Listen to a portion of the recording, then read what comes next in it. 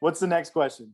Okay, so when you first set out for environmental change, like what was your initial goal? That's a really solid question. That's one of the reasons. So that's why I asked you, I said, what is it what was that catalyst, that one thing that made you realize you wanted to do this? And you just explained it was seeing what was in front of you.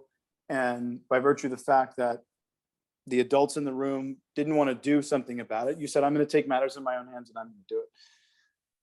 I'd always worked with an amazing organization called Conservation International. And my goal was even to make young people like you know what CI meant, Conservation International. It's the single largest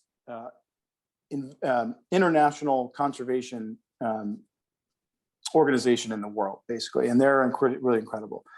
And I'd been working with them for years. And then what happened was at the very end of the last few days of shooting season 1 of the Vampire Diaries, the Gulf oil spill happened, and that Deepwater Horizon oil rig blew.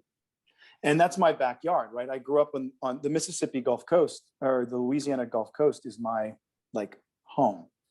And it was my backyard and it was being destroyed. And I just noticed, I realized, because I was hearing from fishermen and people that we have people, that's our home. So we know a lot of people, and they're saying, I'm seeing in the media that these oil slicks are 14 miles offshore, or 34 miles offshore, and they're only 500 feet wide, but they're not, they're 20 miles offshore and they're 2,000 feet wide. So I decided, I got on a plane. No, I drove. I grabbed my cats and my luggage. We just wrapped Vampire Diaries the day before, and called my dad. I said, I need you to pick up this camera equipment for me, please, at this place in New Orleans. He went and got it. And I just said, I'm going to document all this. And what I saw was true. I was right, which is, and no offense to the media. I love the media. They've made, I have an incredible relationship with the media. That's how I work. I work in media.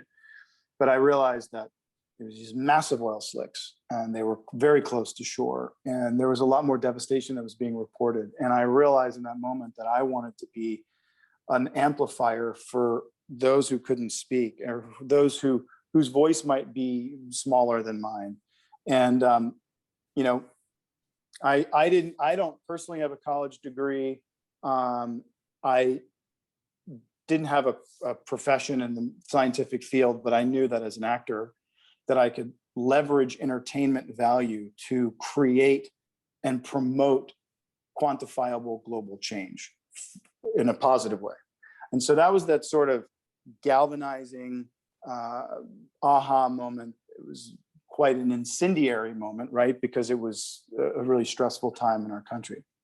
And that's how I founded the Ian Somerhalder Foundation and started into this really big world of nonprofit, those initiatives. And now I recognize that the real work that's going to be done with nonprofit initiatives is actually going to come from business. And that's why I'm excited to be in business with Paul.